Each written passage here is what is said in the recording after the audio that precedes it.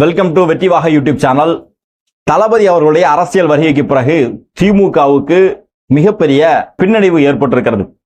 2021 திமுகவினுடைய தலைமையில பலமான கூட்டணி அமைந்தது. எதிர்க்கட்சிகள் சிதறி கிடந்த காரணத்தினால அதிகமான தொகுதிகளை பெற்று திமுக ஆட்சிக்கு வந்துச்சு. ஆனா வரக்கூடிய 2026 களம் அந்த மாதிரி எளிதாக திமுகவுக்கு இருக்காது அப்படிங்கிறத திமுக தலைமை தெளிவாக புரிந்து கொண்டது. தமிழக வெற்றி கழகம் ஒரு சரியான ஒரு ஆப்பனண்ட். தமிழக வெற்றி கழகம் அப்படிங்கிறது ஒரு எதிர்க்கட்சி வரிசையில இருந்துகிட்டு திமுகவுக்கு அதிகமான குடைச்சலை கொடுத்துக்கிட்டு இருக்கு. அப்போ தமிழக வெற்றி கழகத்தை பொதுமக்கள் மத்தியில டேமேஜ் பண்ணணும் அப்படின்னு சொல்லி கங்கணம் கட்டி கொண்டு திமுகவினுடைய ஐடிவிங் வேலை பார்க்குது. அதற்கு இவர்கள் பயன்படுத்தக்கூடிய வழி என்னன்னா, தமிழக வெற்றி கழகத்தினுடைய அரசியலோ தமிழக வெற்றி கழகத்தினுடைய கொள்கையோ இவர்களால் நேரடியாக எதிர்க்க முடியல. அதற்காக இவங்க என்ன பண்றாங்கன்னா, ஒரு பக்கத்துல தமிழக வெற்றி கழகத்துக்கு பின்னாடி பிஜேபி இருக்குதுன்னு சொல்லி ஒரு பொய்யை கிளப்பிட்டு இருக்கிறாங்க. இப்போ அதற்கு வலு சேர்க்கக்கூடிய வகையில சமீபத்துல தளபதி அவர்கள் ஒரு தனி விமானத்துல கோவா போயிருக்கிறாங்க கீர்த்தி சுரேஷனுடைய திருமணத்திற்கு. போகும்போது அங்க கூடவே நடிகை திரிஷா அவர்களும் சென்றிருக்கிறார்கள். அதே மாதிரி பிளைட்ல போகும்போது அதற்கான சார்ட் வெளியா இருக்குது. அதுல சி ராஜேந்திரன் அப்படிங்கிற ஒரு பெயர் இடம்பெற்றிருக்கிறது. கொஞ்சம் சி ராஜேந்திரன் சொல்லக்கூடியவர் பிஜேபி.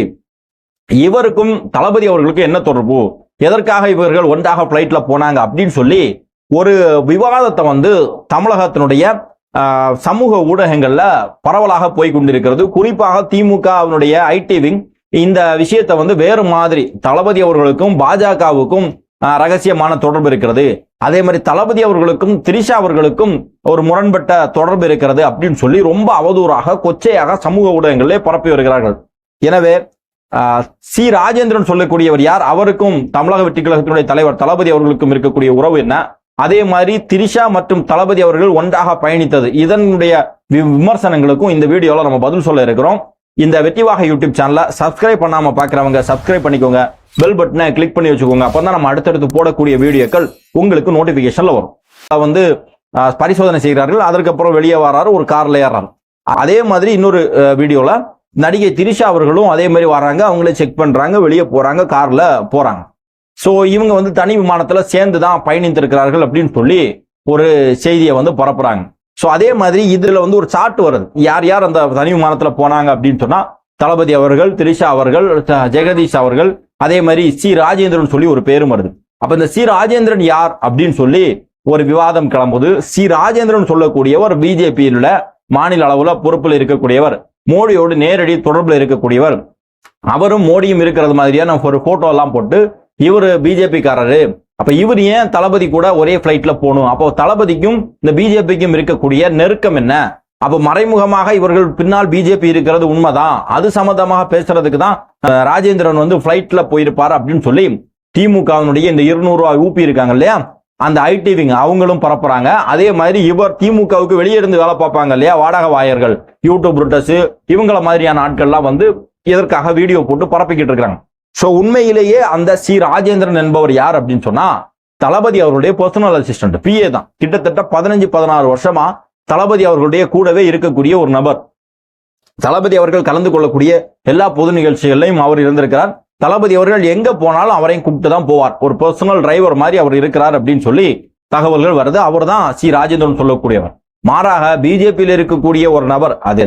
சரி, சி ராஜேந்திரன் சொல்லி பிஜேபியில யாராவது இருக்காங்களா அப்படின்னு சொல்லி நானும் நெட்ல சர்ச் பண்ணேன்.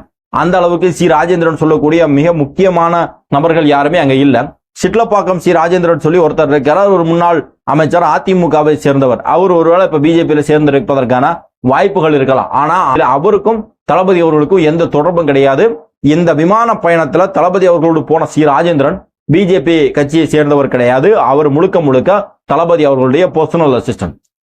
ரெண்டாவது இன்னொரு விஷயம் என்னன்னா, தளபதி அவர்களோடு திரிஷா எப்படி போவாங்க, திரிஷா அவர்களுக்கும் தளபதிக்கு என்ன தொடர்பு இருக்கு அப்படிங்கிறது மாதிரி ஒரு செய்தி, அவதூறான செய்திகளை பரப்பிக்கிட்டு வராங்க. பொதுவாகவே திமுக அல்லது பாஜகவை சேர்ந்தவர்களுக்கு தமிழக வெற்றி கழகத்தை எதிர்க்கணும் அப்படின்னு சொன்னா நம்முடைய கொள்கைகளை எதிர்க்கணும், நம்முடைய கோட்பாடுகளை எதிர்க்கணும், நம்முடைய செயல்பாடுகளை எதிர்க்கணும், நம்முடைய பணிகள்ல தவறு இருந்துச்சுன்னா அதை எதிர்க்கணும். இதெல்லாம் எதிர்ப்பதற்கு அவர்களுக்கு எந்த வழியுமே இல்லை, ஏன்னா எல்லாமே சிறப்பாக போய்கிட்டு இருக்கு. அப்படி இருக்கும்போது நம்ம வெற்றி கழகம் அல்லது விஜய் அவர்களுடைய பேரை மக்கள் மத்தியில் டேமேஜ் பண்ணணும் அப்படின்னு சொன்னா பர்சனலா அவருடைய சுய ஒழுக்கத்தின் மேல கரையை விசுறதா இவர்களுடைய வேலை. இது இந்த மாதிரி வேலையெல்லாம் பொதுவா பிஜேபி காரங்க தான் செஞ்சுக்கிட்டு இருந்தாங்க. ஒருத்தர் பொதுவாக ஒரு அரசியல் காலத்துல வந்து பிஜேபி எதிர்த்துட்டாங்கன்னு சொன்னா ஒன்னில் அவர்களை வந்து இதே மாதிரி கெட்ட வார்த்தை பேசுறது, அவர்கள் மேல அவதூறு பரப்புறது, இன்னும் சொல்ல போனா மதம் வேற மாத்திக்கிட்டு இருந்தாங்க. உதாரணமா திருமுருகன் காந்தி எல்லாம் பிஜேபி எதிர்த்த உடனே ஒரு ஹிந்துவாக இருந்துட்டு அவர் எப்படி பிஜேபி எதிர்ப்பார்? அப்ப அவரு பேரு டேனியல் காந்தி, அவர் கிறிஸ்தவ மதத்தை தழுவிட்டார் இப்படின்னு சொல்லி போய் பரப்புரைகளை செஞ்சுக்கிட்டு இருந்தாங்க. அவர்களுடைய பின்தொண்டலாக அவர்கள் அப்படியே அச்ச அசலாக பின்பற்றக்கூடிய வேலையை இன்னைக்கு திமுக செய்து, ஒருவேளை நாக்பூர்ல இவர்களுக்கும் திமுகவும் நாக்பூர்ல போய் பயிற்சி எடுத்து வந்தார்களோ அப்படிங்கிற அளவுக்கு நமக்கு சந்தேகம் எழுகிறது. தனிமனித தாக்குதல். நான் என்ன கேட்கிறேன், தளபதி அவர்கள் உங்களுக்கு அரசியல் ரீதியாக எதிரி, கொள்கை ரீதியாக எதிரினே வச்சுக்கோங்களேன். தளபதி அவர்களை நீங்க எதிர்க்கிறதுல அரசியல் ரீதியாக எதிர்க்கணும். நீங்க தனி மனித தாக்குதல் கூட நடத்துறது கூட நம்ம தப்புன்னு சொல்லலாம். ஆனா தனி மனித தாக்குதல் நீங்க நடத்துறதுனால இதனால யாருக்கு பாதிப்பு வருது அப்படிங்கிறத கொஞ்சம் கூட நீங்க யோசிக்க மாட்டீங்களா? பெண் உரிமை பேசக்கூடியவர்கள், பெண் சமத்துவத்தை பேசக்கூடியவர்கள், பெண்களுக்கு இந்த நாட்டில் நடக்கக்கூடிய அநீதியை பத்தி பேசக்கூடிய திமுக, நாங்க பெரியார் வழியில் இருக்கிறோம், நாங்க அண்ணா வழியில் செயல்படுகிறோம், கலைஞர் வழியில் செயல்படுகிறோம் சொல்லக்கூடியவர்கள், இந்த விஜய் அவர்களை நாம இந்த மாதிரி அவர் மேல அவதூறு பரப்புறதன் காரணமாக திரிஷா அவர்களுடைய பேருக்கும் களங்கம் ஏற்படும் அப்படிங்கிற குறைந்தபட்சம் அறிவு கிடையாதா? ஈவன் திரிஷா அவர்கள் ஒரு நடிகையாக இருந்தா கூட அவர்களுக்குன்னு ஒரு மனம் இருக்கும், அவர்களுக்குன்னு ஒரு வாழ்க்கை இருக்கும், அவர்களுக்கான ஒரு குடும்பம் இருக்கும், அதுல பிரச்சனைகள் வரும் அப்படிங்கிற அடிப்படை சிந்தனைகள் வந்து திமுக காரனுக்கு கிடையாதா? அப்புறம் என்ன நீங்க பெண்ணியம் பேசுறது, சமத்துவம் பேசுறது, சமூக நீதி பேசுறது?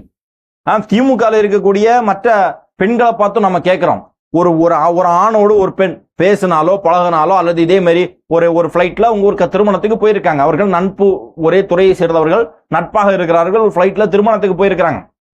சோ இதை வந்து தவறான கண்ணோட்டத்தோடு பார்த்து சித்தரிக்கக்கூடிய இந்த திமுக காரன் எந்த அளவிற்கு சைக்கோ மனநிலையில இருப்பான் அப்படிங்கிறத பாருங்க. அந்த கட்சியில இருக்கக்கூடிய திமுக கட்சியில இருக்கக்கூடிய பெண்களுக்கும் இங்க என்ன பாதுகாப்பு?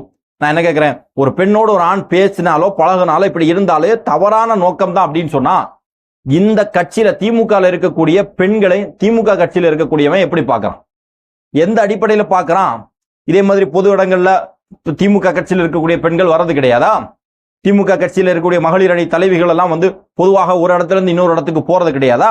அப்படி போகக்கூடிய இடங்கள்ல நிர்வாக ரீதியாக, கொள்கை ரீதியாக, அரசியல் ரீதியாக எவ்வளவு நபர்களோடு பழக வேண்டிய சூழல் வரும். அப்படி பழகினா அதை தவறு, அவர்களுக்கும் இவர்களுக்கும் தவறான உறவு இருக்குன்னு சொல்லி திமுக காரன் கற்பிக்கிறான்னு சொன்னா இத திமுக இருக்கக்கூடிய பெண்களை பார்த்தும் இந்த அடிப்படையில் தானே திமுக காரன் பேசுவான்.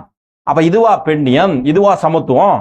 இப்ப இதெல்லாம் வந்து அக்கா கனிமொழி மாதிரியான ஆட்கள் கேட்க மாட்டீங்களா? புது தளத்துல வரக்கூடிய பெண்களுக்கு எவ்வளவு அடக்குமுறைகள் இருக்கிறது, எவ்வளவு பிரச்சனைகள் இருக்கிறது, இதெல்லாம் பேசக்கூடிய நீங்கள் உங்களுடைய கட்சியை சேர்ந்த நபர்களாலேயே ஒரு பெண்ணுக்கு இந்த மாதிரி அநீதி நடக்குது, அவதூறு பரப்புறார்கள் அப்படின்னு சொல்லி இதை தடுக்க மாட்டீங்களா நீங்க?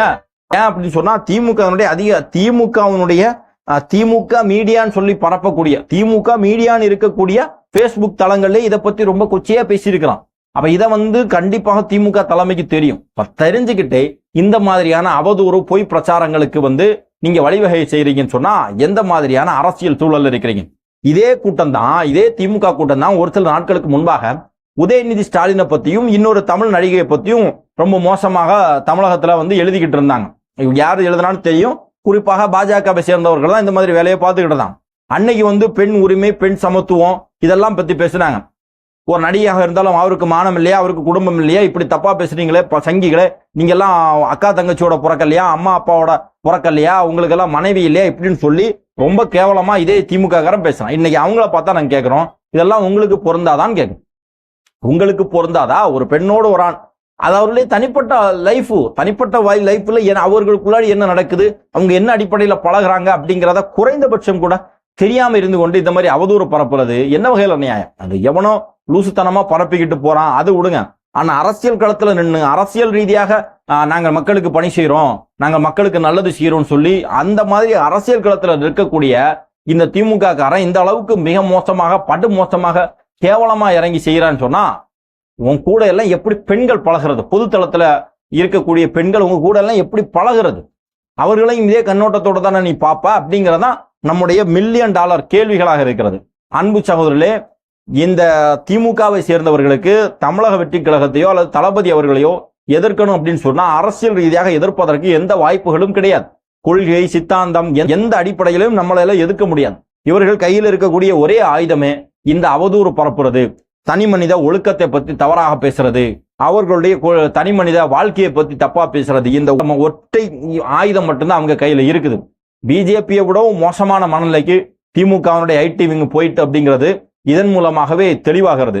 எது எப்படியோ நீங்க என்னதான் அவதூறு பரப்பினாலும் சரி, என்னதான் கேவலப்படுத்தினாலும் சரி, இந்த 1000 சூரியன் 1000 கைகள் மறைத்தாலும் சூரியன் மறையாதுன்னு சொல்லுவாங்க இல்லையா, அதே மாதிரி நீங்க என்னதான் தமிழக வெற்றி கழகத்தின் மேலேயோ தளபதி அவர்கள் மேலேயோ அவதூறு பரப்பினாலும் இந்த அவதூறுகளுக்கெல்லாம் 2026 தமிழக மக்களே மிகப்பெரிய பாடங்களை உங்களுக்கு கற்றுத்தர இருக்கிறார்கள் அப்படிங்கிறதுல எந்த விதமான மாற்று கருத்தும் கிடையாது.